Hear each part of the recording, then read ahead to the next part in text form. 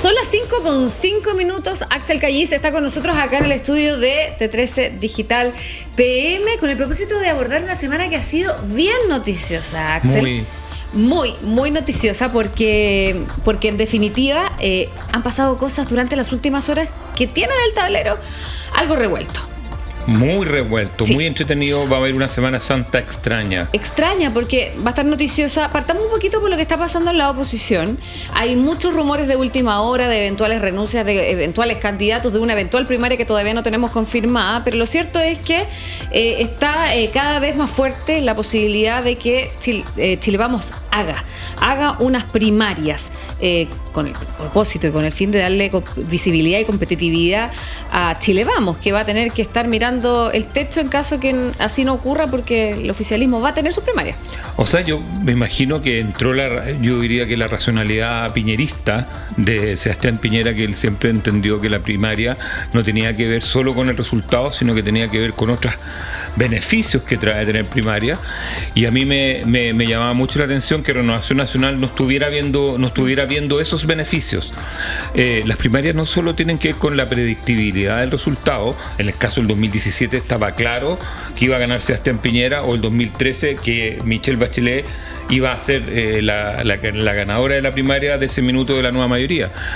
Entonces, y eso hace incomprensible un poco el apuro que tuvo Renovación Nacional, más que la UDI, en proclamar a Evelyn Matei. Fue el primer partido que la proclamó. Siendo que hoy Renovación Nacional es un partido que tiene la Cámara de Diputados, el Senado, la Asociación Chilena de Municipios, o sea, es un partido muy relevante en términos de correlación de fuerza. Entonces, yo creo que ahora están retrotrayendo esas decisiones. Van a tener, si quieren tener primarias, van a tener que o buscar independientes limpios, o sea, independientes de hace más de un año, o poner militantes, y para eso van a tener que, me imagino, hablar con el CERVEL, citar una nueva junta, deshacer la proclamación, tener un candidato propio, y eso también lo tendría que hacer Evópoli y eventualmente también, o sea, con Renovación Nacional. Sí, se enredó este anuncio porque esto se iba a hacer ayer, entiendo, sí, que se iba a anunciar esta primaria, con, digamos, los nombres que están dando vuelta en esta eventual... No, se salieron lo que sabemos. Lo que sabemos en las portadas de los diarios. Cruzcoque, el senador Cruzcoque por Evópoli, el senador Chaguán, que ya desde a mediados de semana junto con Cristian Monkever estaban hablando de la necesidad de primaria, y sería el senador Chaguán el encargado de asumir ese desafío, y Carter, el alcalde de la Florida, exalcalde de la Florida. ¿Por qué tendrían que, o sea, cómo se podría configurar esa primaria con esos nombres, siendo que esos partidos ya proclamaron a Evelyn Matei como su candidata? Es un tanto extraño, pero siempre en las primarias aparecen primero los egos personales, o sea, las ganas de tener la mejor votación. En el caso de Carter no tengo ninguna duda que él tiene mucha hambre. Segundo, que es un gran negocio para las personas que quieren ser parlamentarios. En el caso de Chaguán no, porque él no puede seguir siendo senador, tal vez sí quiera ser diputado. Y en el caso de Luciano Cruzcoque tampoco. Entonces, yo creo que es una buena vitrina programática, ocupar la agenda, y me imagino que en ese contexto. Ahora, claramente no le tienen que poner apellido a la primaria, porque la gente, y esto es importante que lo sepan, el oficialismo estaba feliz porque no tenía al lado ni una competencia dentro del voto, pero recordar que aquí van a tener derecho a voto cerca de 14,5 millones de personas, y los que vayan a votar en la primaria de un lado o del otro lado, o eventualmente del lado de republicano y libertario, social cristiano, porque también no está descartada esa primaria, van a tener un solo voto, y se mezclan todos los nombres. ¿Te das cuenta? Entonces, es interesante lo que sucede con el mundo independiente. No todo el mundo, esto es como muy importante, no todo el mundo llega claro de qué votar en una primaria. Pero en la primaria uno pide el voto... No, eso es para los militantes, doña Titi. Para los militantes. Así si es. El independiente recibe una papeleta con todos los nombres. Con todos los nombres, y por eso es puedo estar... va mezclado, puede ir Rojo Edwards, Toá, Paulina Doanovich, Carter, Cruzcoque, o sea, todo mezclado, todos. Son los militantes, son los que tienen que pedir el voto que le corresponde a su conglomerado, a su filiación política. Esto es muy entretenido, perdón que lo diga, pero muy entretenido porque echa a pelear a personas muy diversas. Y ahí normalmente sacan ventaja, los más conocidos, porque llega a votar gente que dice, hay primaria, voy a ver. y gente que toma la decisión ahí mismo. Ahí mismo. Bueno, eso no todo el mundo. Harto, ¿eh? Esto es como un mito que todo el mundo llega como súper. Van los militantes, que son, no sé, de 300.000 de un lado y 200.000, 300.000 del otro. Pero los otros 1,5 millones que llega. Es independiente. O sea, en el caso de Jadwe, Boric llegó a votar el Partido Comunista y sus aliados, pero la gran mayoría de la votación del 1 millón de votos que obtuvo Boric era personas independientes, el 95% era independiente. Y se dice que muchos cercanos a la derecha con el propósito de frenar a Jadwe. Y como había también, y esto son como anécdotas, hay personas que fueron a votar por Sichel y terminaron votando por Boric para que no saliera Jadwe, cosas de ese estilo. Oye, todo esto se da además en medio de un debate instalado por la propia candidata de Chile Vamos, ya no sabemos si decir la candidata de Chile Vamos, bueno, la candidata de la UDI, claro, Evelyn Matei, sí. porque la UDI hasta el momento no ha mencionado ninguna carta, al menos para esa eventual primaria. Pero lo cierto es que en una entrevista a Radio Agricultura, Evelyn Matei para muchos cometió un error, que es referirse como inevitable el golpe de Estado y que era prácticamente inevitable también las muertes que se dieron en el primer periodo del golpe militar y de la dictadura. Más allá de tu juicio sobre las declaraciones de Evelyn Matei, ¿qué te parecen? ¿En qué momento, uno, llegan? ¿Y cuánto la puede complicar finalmente con ese mundo independiente? ¿Y por qué hace referencia en esos términos a lo que pasó en el gobierno militar? Yo creo que Evelyn Matei debe tener muy nervioso a su equipo. Primero porque tiende a improvisar. Y claro, es distinto improvisar cuando uno es candidato a diputado o a alcaldesa que cuando uno es candidato presidencial. Y en ese sentido, yo ignoro si existe una planificación de las cuñas que va a hacer, pero parece que se sale del libreto y esa complica, porque acá todo se multiplica, o sea, se amplifica por 1000, pero tiene un agravante, es que aquí le pegan de lado y lado. Ese es el punto, o sea, acá cuando Evelyn Matei va a ser objeto, le va a pegarle es una... Sí.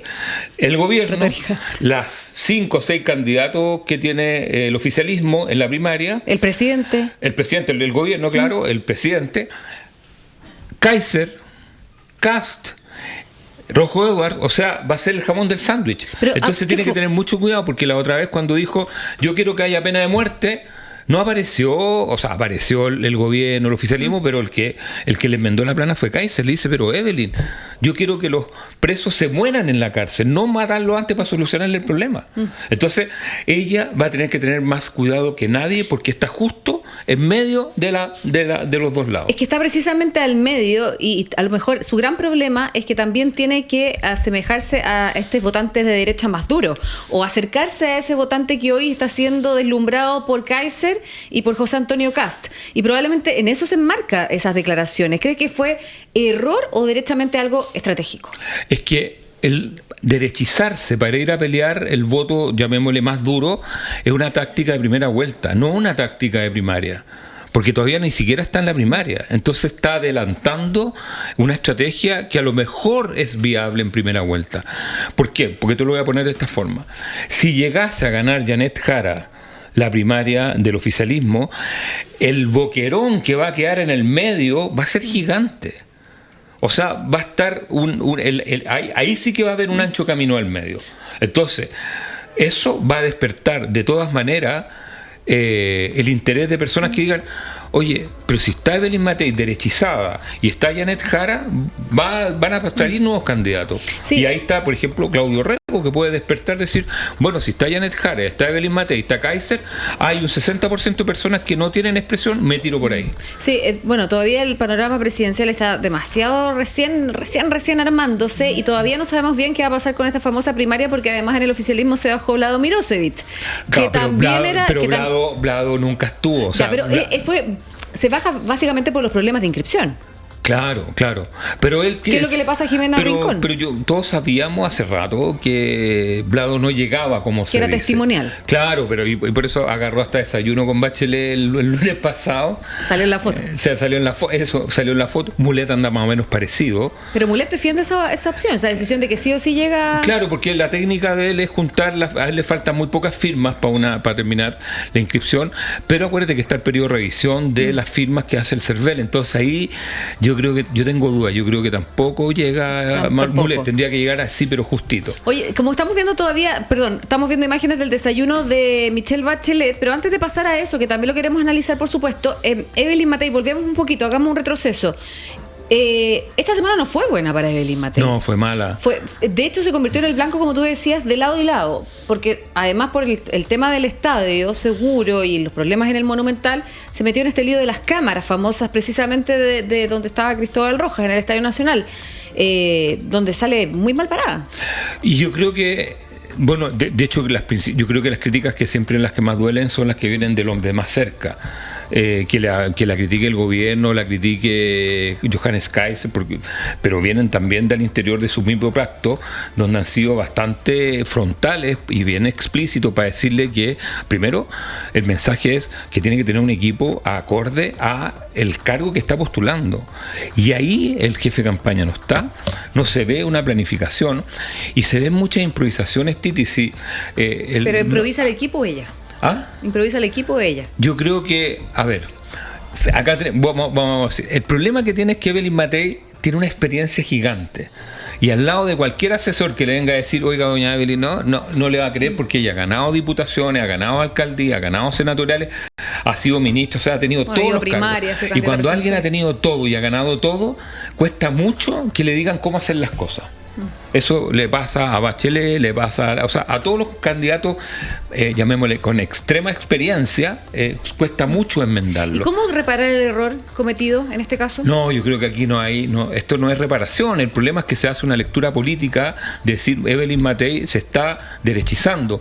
Yo ahí, esto es una opinión, pero yo creo que es más improvisación que estrategia política. Me da la impresión, porque claramente no se puede estar derechizando antes de comenzar la primaria. Y sobre esta primaria, que al parecer a todas luces se va a anunciar el lunes. Dicen que flota todavía. Sí, flota todavía porque las declaraciones de Matei generaron mucha molestia en algunos sectores, particularmente de Evópoli, estos dichos sobre el régimen militar y la dictadura. Pero supongamos que flota. ¿Qué tan competitiva uno va a ser? ¿Le va a servir para posicionarse como candidata? Para estar visible, además, cuando la contienda en el oficialismo está al rojo. O cuando una primaria no es tan competitiva, pierde fuerza, también públicamente. Le va a servir de todas maneras. Primero porque se va a despertar el hambre.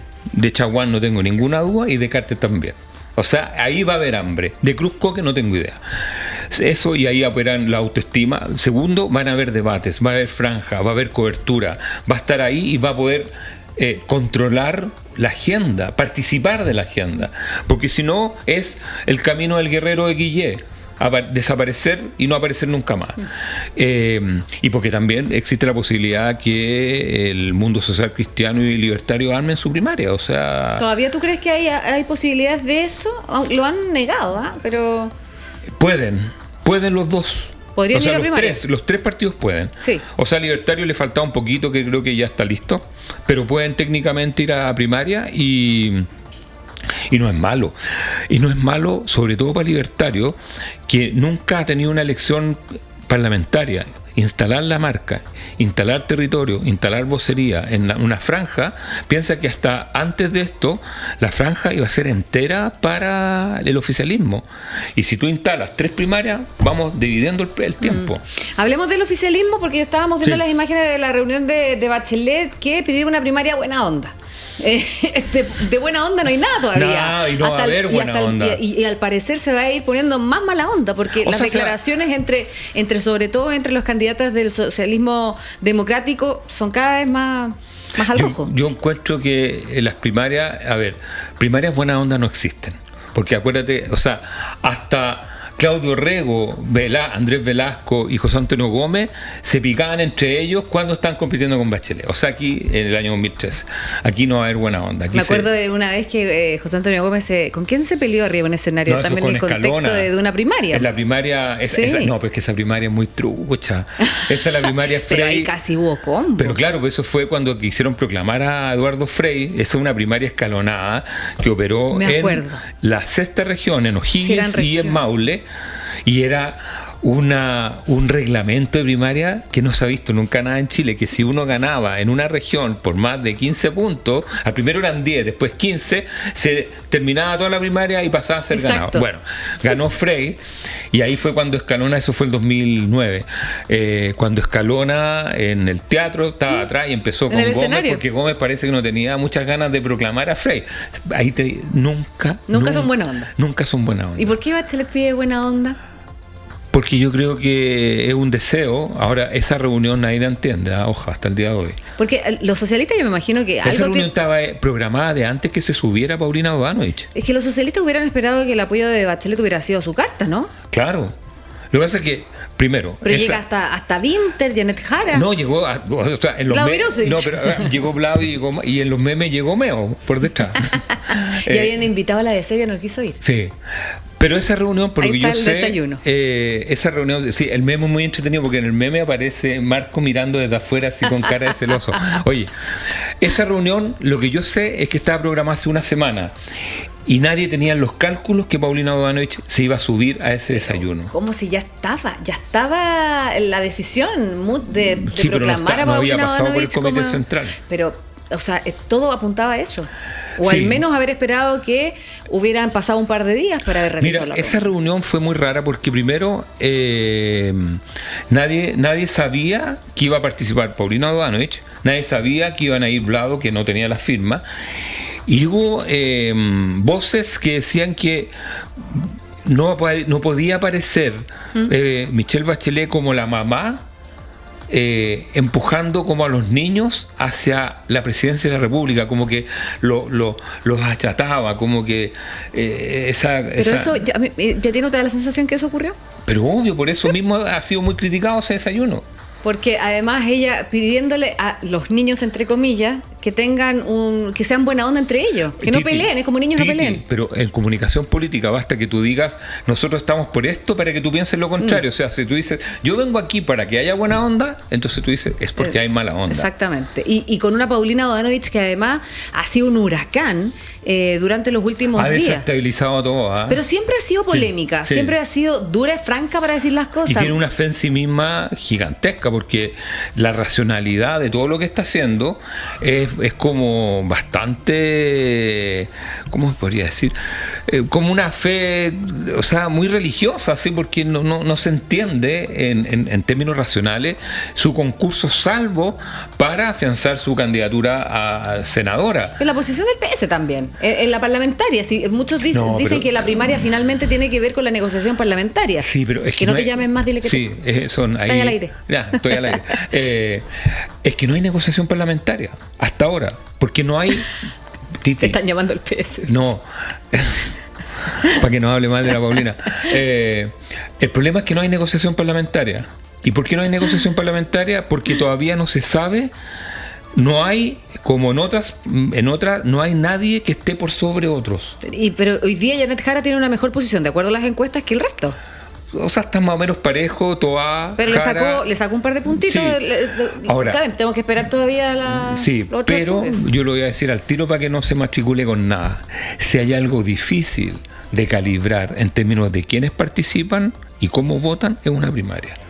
Aquí, mire, yo que trabajo en el rubro de la encuesta, cuesta muchísimo proyectar. ¿Por qué? Porque lo que más cuesta es de saber, primero, quiénes van a ir a votar y cómo lo van a hacer una vez que le entreguen en la papeleta donde aparecen todos los nombres, sobre todo si hay más de una primaria. ¿Me entiendo, no? O sea, uno puede hacer cálculos con un solo bloque, pero cuando hay dos bloques mezclados en una papeleta, te lo juro que la predictibilidad de la encuesta empieza a ser muy difícil. Sí, muy difícil, súper difícil. Oye, y la presidencia, además del presidente Boric, en este caso lo vamos a tener que dejar para... ¿Por qué va a empezar el partido de Chile? No, sí, va a empezar, no tenemos que irnos. Pero la presidencia del presidente Boric, ¿es posible, factible? Va a existir, yo me imagino que va a existir porque... ¿Porque dónde está su corazón? Obviamente que yo, ¿sabes qué? Con Winter. No, yo tengo dudas. Con Janet Jara, con Toa. Yo creo que está, como le decía no me acuerdo a quién, le decía, yo creo que afectivamente Winter, porque es su amigo. Son su amigo. Con el corazón utópico, Janet Jara, y con la racionalidad, Toa. La racionalidad de la experiencia, además, de gobernar. Ahora, lo que sí sé es que no está con Paulina Bodanovich.